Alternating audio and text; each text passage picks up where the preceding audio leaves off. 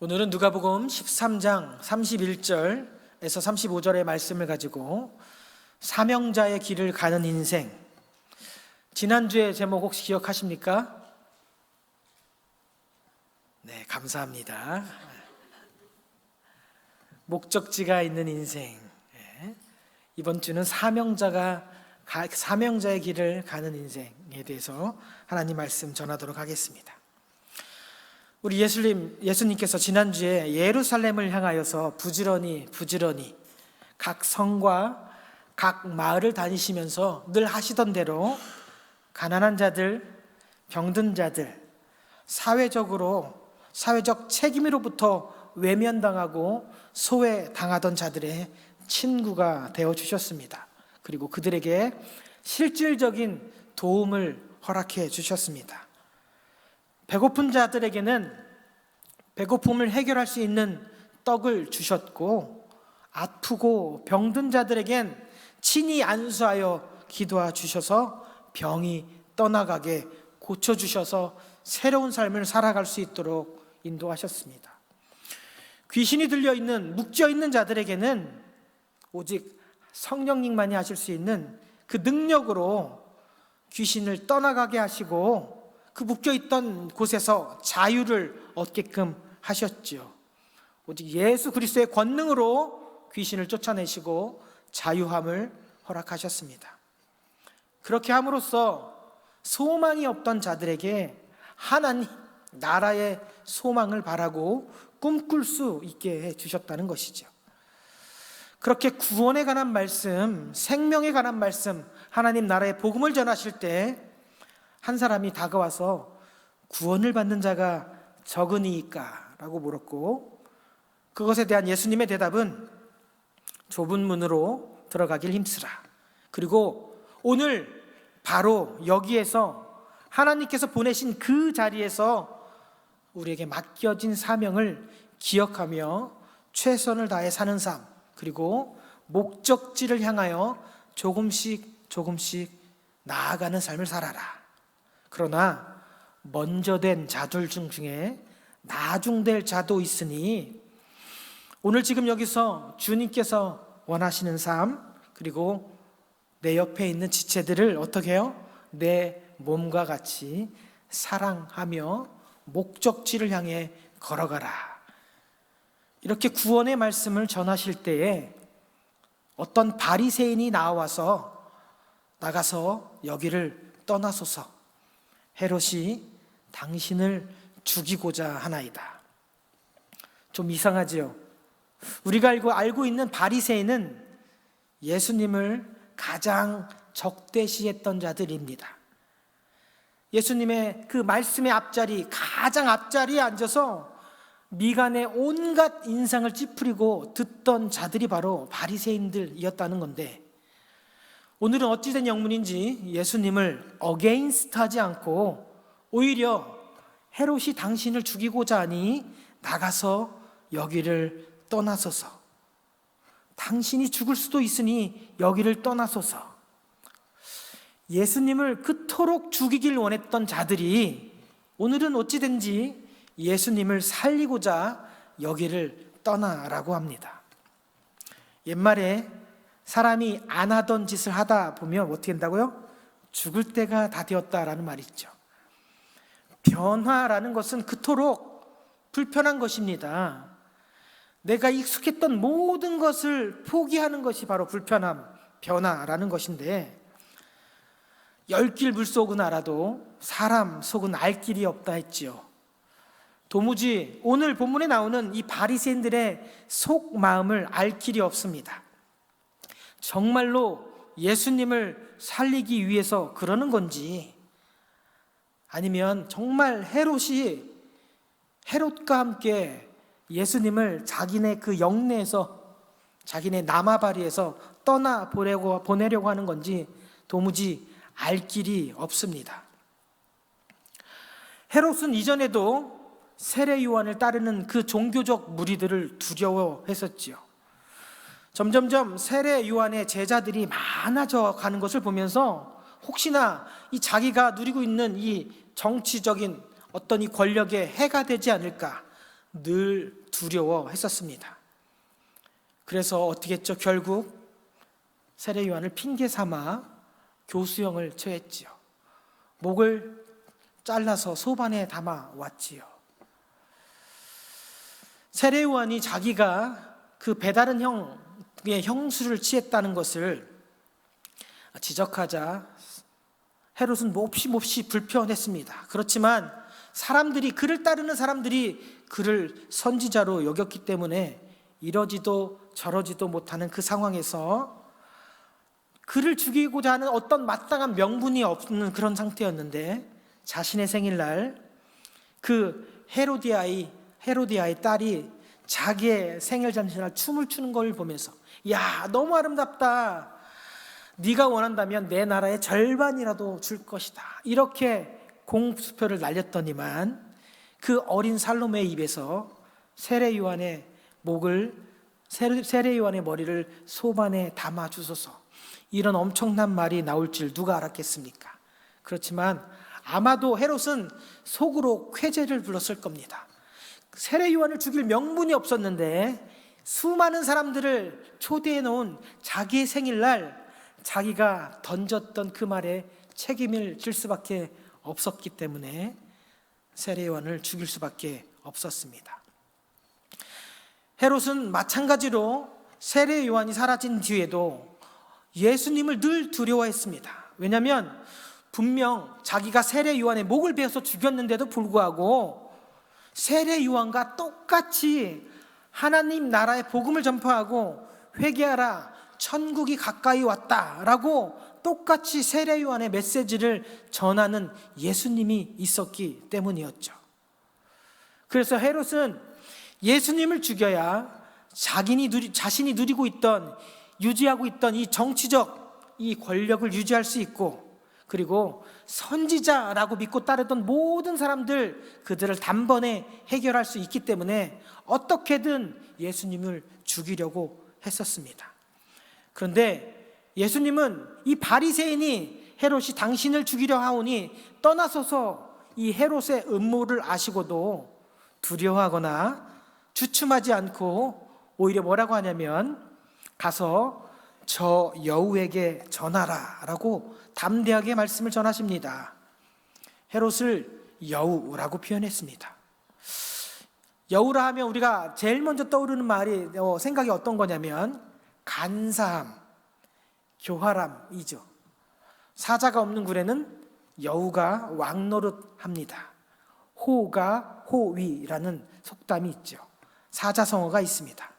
아마도 이 헤롯의 정치적인 교활함을 지적하는 뉘앙스가 이 예수님의 말에 담겨져 있습니다.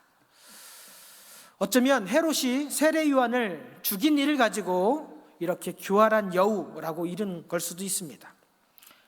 그러시면서 예수님은 이렇게 말하시죠. 오늘과 내일은 내가 귀신을 쫓아내며 병을 고치다가 제3일에는 완전하여지리라. 여기서 보시면 예수님은 귀신을 쫓아내고 병을 고쳐주셨습니다. 실질적으로 가나안 땅을 돌아다니면서 많은 이적들을 행하셨습니다. 그러나 예수님께서 이 땅에 오신 목적은 귀신을 쫓아내고 병을 고쳐 오신 예수님은 아니었다라는 거죠. 예수님 이 땅에 정확한 사명을 가지고 오셨습니다. 각 성과 각 마을을 두루 다니시면서 귀신을 쫓아주고 병을 고쳐주셨지만 주님의 사명은 귀신을 쫓는 것, 병을 고쳐주시는 것이 아닙니다. 예수님께서 이 땅에 오신 목적은 제3일에 완전하여지리라. 어떤 사본에는 제3일에 완전하여지리라 또는 부활하리라 이렇게도 기록되어 있습니다. 즉 예수님께서 이 땅에 오신 이유는요, 우리를 위하여 십자가에 달려 죽으시기 위하여 이 땅에 오신 것이죠. 죽으실 뿐만 아니라 3일 후에 다시 살아나셔서 아버지의 완전한 뜻을 이루기 위해서 이 땅에 오신 겁니다. 예수님은 하나님 아버지의 뜻을 정확히 아셨고 그리고 행하셨고 완성하시기 위해 지금 예루살렘 목적지를 향해서 걸어가고 있는 것입니다. 그 사명은 한 나라를 다스리고 통치하는 왕이라 할지라도 그 왕이 나를 죽인다, 겁박할다 할지라도 결코 피해가거나 포기하거나 저버릴 수 없는 것입니다. 오늘과 내일과 모레는 내가 갈 길을 가야 하리니. 영어 성경에 이렇게 기록되어 있습니다. I must go on my way today, tomorrow, and the day following. 참 멋진 말입니다. 오늘도 내일도 모레도 I must go on my way. 나는 내 사명의 길을 갈 것이다. 사명자는 주어진 사명을 위해서, 그리고 그 사명을 완성하기 위해서 전진하는 삶을 살아야 되는 것이죠. 내가 사명자임을 깨달았는데 혹시 우리 가운데 사명이 뭔지 모르시는 그런 분들도 계십니다. 좀 더 쉬운 말을 하자면 우리 모두는 은혜를 받았습니다. 그러면 은혜를 받았으면 은혜 받은 자로 살아가야 되는 것이죠. 은혜는 여기에서 받고 다른 데 가서 은혜를 갚으면 안 되는 것이죠. 저와 여러분은 모두 은혜를 받은 자입니다.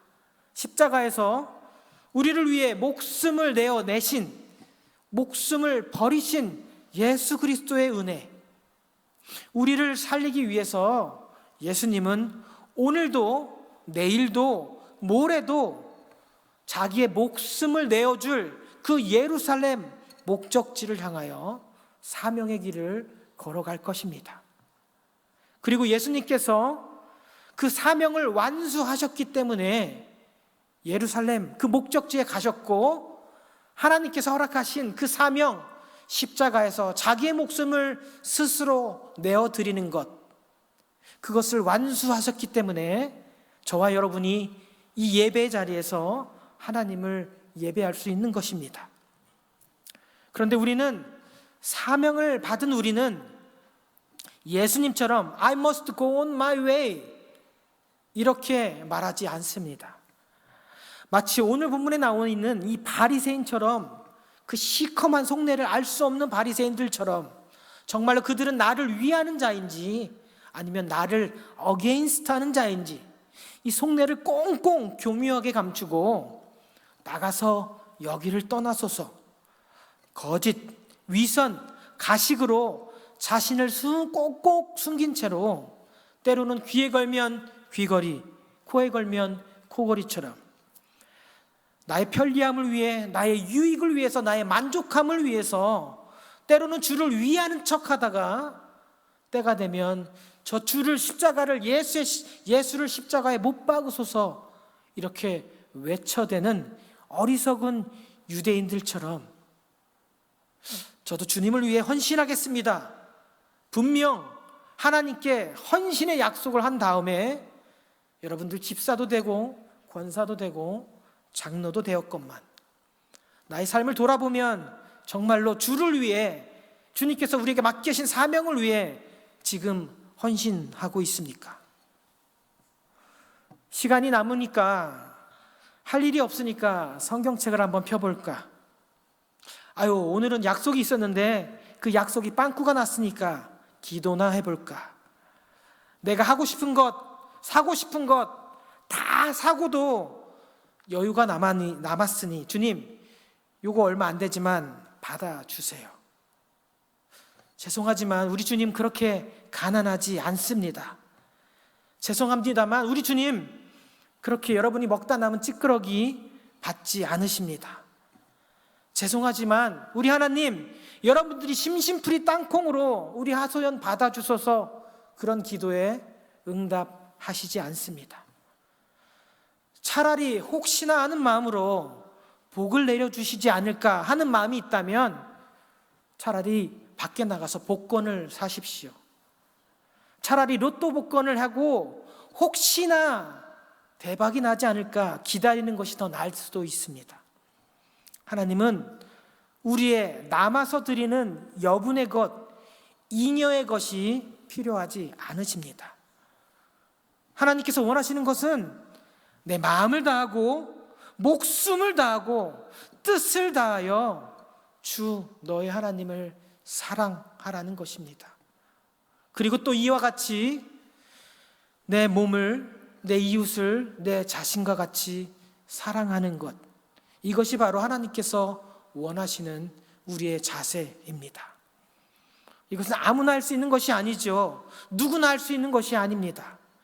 예수님처럼 고난의 잔이라도 마다하지 않으시고 감당하기 위해서 끝까지 눈물을 흘려가며 기도하시며 애쓰며 끝까지 이 사명자의 길을 자원하며 기쁨으로 걸어가는 자들만이 할 수 있는 것이죠. 그것이 바로 사명자의 길이고 십자가의 길인 것입니다. 오늘 본문을 통해서 우리가 다시 한번 우리의 삶을 되돌아봤으면 좋겠습니다. 혹시 바쁘고 바쁜 일상 중인데 하고 싶은 거 있을 땐 예배에 못 나오고 할 거 없을 때는 예배에 나아가 볼까? 혹시 복 받으러 나갈까? 여러분의 삶 가운데 혹시 예배가 여러 가지 선택, 그 많은 선택 중에 하나인지 아닌지 한번 생각해 보십시오. 예배를 드리면 좋겠지. 그러나 못 드린다면 다음에 드리면 되겠지. 그렇게 옵션에서 살짝 빼도 되는 뒤로 지쳐지는 그런 종교 행위에 불과합니까? 바쁘면 한참을 하나님 없이 잊고 살다가 아유 벌써 토요일이네. 그러면 시간표를 뒤져서 혹시 주일에 약속이 있는지 없는지 살펴보고 약속이 있다면 하나님과의 관계보다 사람들과의 관계, 비즈니스과의 관계, 그것이 더 중요해서 예배는 적당히 드리고 헌금도 적당히 드리고 오늘은 먼저 바빠서 실례하겠습니다. 그렇게 하면서 주일을 거룩히 지켰다고 생각하십니까? 오늘 본문 예수님은 이 바리새인의 경고에도 헤롯이 죽이려고 달려드는 이 어려움에도 환난에도 오늘도 내일도 나는 사명자의 길을 갈 것이다. I must go on my way. 반드시 하나님께서 맡기신 이 구원의 계획을 이루기 위하여 소망이 없는 저 사람들, 잃어버린 모든 양들을 살리기 위하여 저와 여러분에게 영원한 생명을 주시기 위하여 자신이 죽어야 될 십자가의 길, 죽어야만 가능한 그 사명자의 길을 예수님은 선택하셨고 그 길을 가셨습니다. 여러분은 과연 오늘 어떤 길을 선택하시고 걸어가시겠습니까?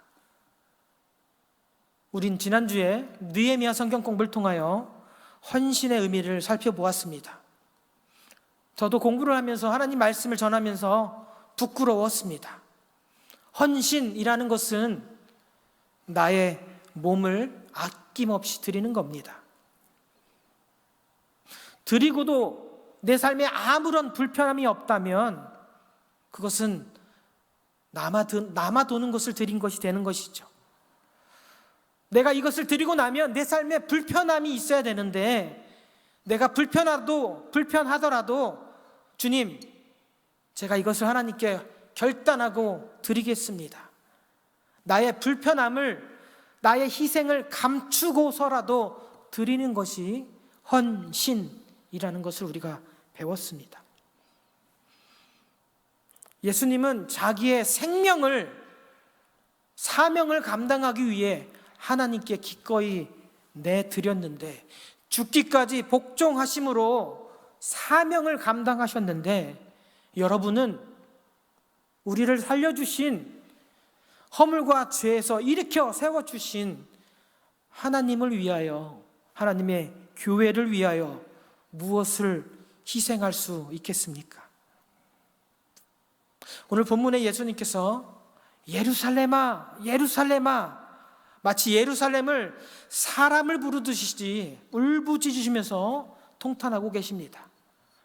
예루살렘 하면 제일 먼저 우리 머릿속에 성전이 떠오릅니다. 시온의 영광이 떠오릅니다. 하나님의 영광이 떠올라야 하는데 이 하나님의 도성 예루살렘이 오히려 하나님의 선지자들을 죽이고 보내신 자들을 돌로 죽였다라고 한탄하고 계십니다. 그래서 암탉이 제 새끼를 날개 아래 모음같이 하나님께서 선택하신 이 이스라엘 백성을 구원하시기 위해 선지자들을 수없이 보냈는데 결국 그 아들 예수까지도 거부하는 예루살렘, 이 예루살렘의 종국은 35절처럼 황폐하여 버린 바 되리라. 하나님이 없는 예루살렘 성전은 아무런 의미가 없습니다. 안고 없는 찐빵 아시죠? 무슨 맛으로 먹겠습니까? 하나님이 안 계신 예루살렘 성전은 그저 돌 무더기에 불과합니다. 그리고 그 돌 무더기는 결국 어떻게 해요? 돌 위에 돌 하나 남김없이 무너져 내릴 것을 오늘 예수님께서 경고하고 있는 것입니다. 그렇지만 우리 예수님 심판으로 끝나지 아니하시죠. 하나님의 때가 이르면 주의 이름으로 오시는 이를 찬송할 때가 오면 끝까지 사명자의 길을 걸어가는 인생들에게는 구원과 영생 그리고 예수님을 다시 만날 것을 약속하셨습니다.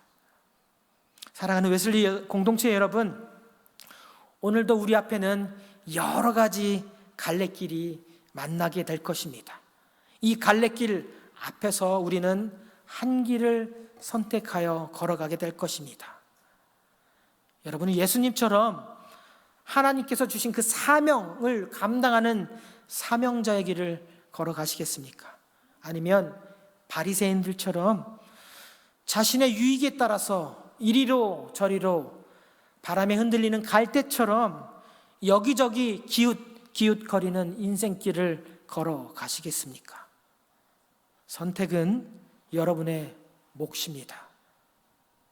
바라옵기는 저와 여러분은 오직 하나님께서 저와 여러분에게 우리 공동체에게 맡겨주신 사명자의 길을 걸어가는 축복받은 성도의 삶을 살아가시길 예수님의 이름으로 축복합니다.